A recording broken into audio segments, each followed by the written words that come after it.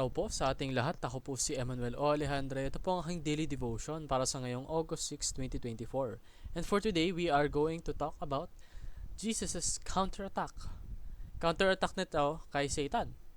Dahil nung panahon na si Jesus ay nagkatawang tao, sinubok siya ni Satan at sinubukan niyang kumbinsihin si Jesus upang sumuway sa Panginoon. Ngunit hindi po nagpatibag at hindi nagpatalo ang ating Panginoon, no?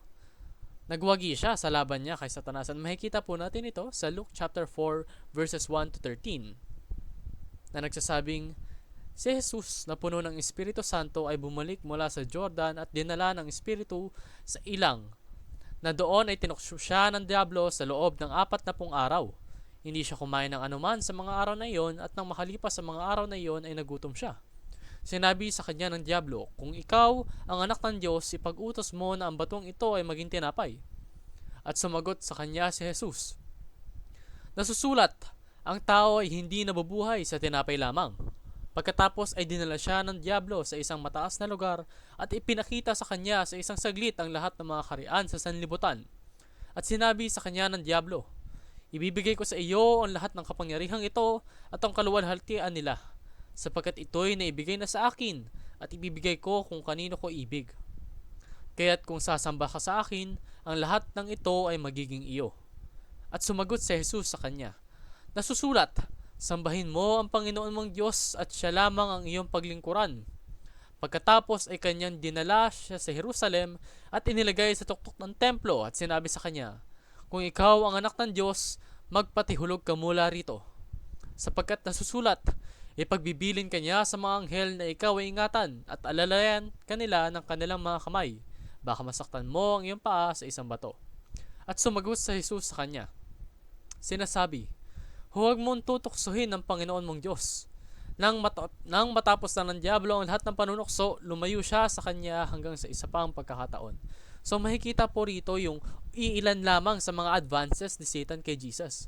Pero dahil nga si Jesus ay tunay na malapit sa Panginoon at tunay niyang sinasabuhay ang lahat ng utos at lahat ng katuroan, lahat ng salita ng Diyos, siya ay naging ligtas mula sa temptations ni Satan himself, no? Kumbaga, he has fought Satan's temptation with the wisdom provided to him by God. And that is eternal wealth, no? Yan yung wisdom na mapagmamalaki natin kahit kanino.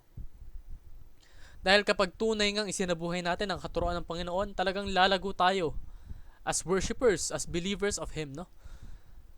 So, marami siyang ginamit na phrases or marami siyang ginamit na lines mula sa Biblia upang i-counteract or i-counterattack yung mga temptations na ibinibigay at ibinabalandra sa kanya ng Satan, no? Unang-una, Deuteronomy chapter 8 verse 3, man shall not live by bread alone, nung inutusan siya ni Satan na gawing tinapay yung isang bato. Pangalawa, Deuteronomy chapter 6 verse 13, worship the Lord your God and serve Him only.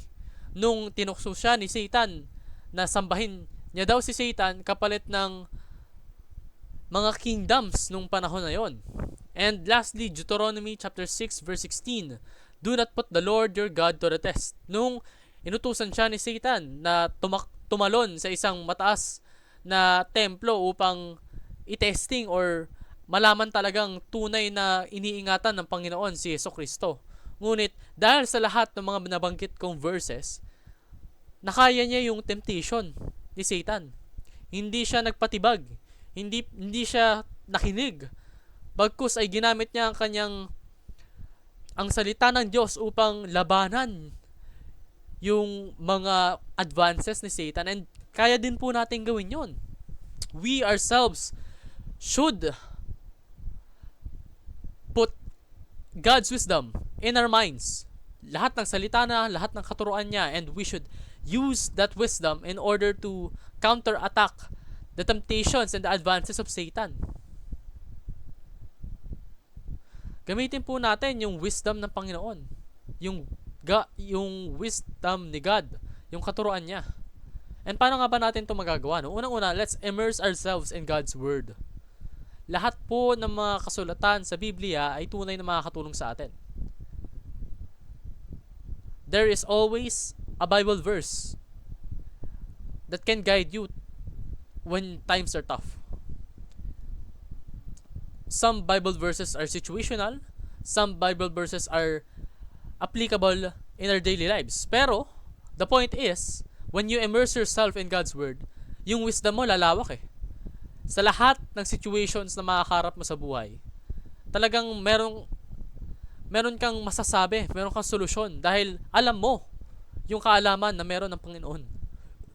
Pangalawa, let's fight temptations with God's Word. Ngayong alam mo na yung mga kaalaman at katuruan ng Panginoon, gamitin mo naman yon. Put it into action. Isabuhay mo. And in that way, your actions, your decisions will be glorified. Kumbaga, nagbibigay glory yun sa Panginoon at lahat ng nagbibigay ng glory sa Panginoon ay nakakabuti sa iyo. And lastly, trust in God's Word for success. Now that you have immersed yourself and you have fought temptations with God's Word, pagkatiwalaan mo yung salita ng Panginoon. You have already acted. Now just wait patiently. Wait for the right time. Be patient. Be diligent on serving God, on obeying His Word. And in that way, you will be successful. Trust me. Magtiwala ka sa Panginoon. At ika'y magtatagumpay sa buhay. Basta tunay kang nananampalataya at sumusunod sa Kanya. So yun lamang po ang aking daily devotion para sa ngayong August 6, 2024. Maraming salamat po sa pakikinig. Pagpalain po tayong lahat and let's all give glory to God.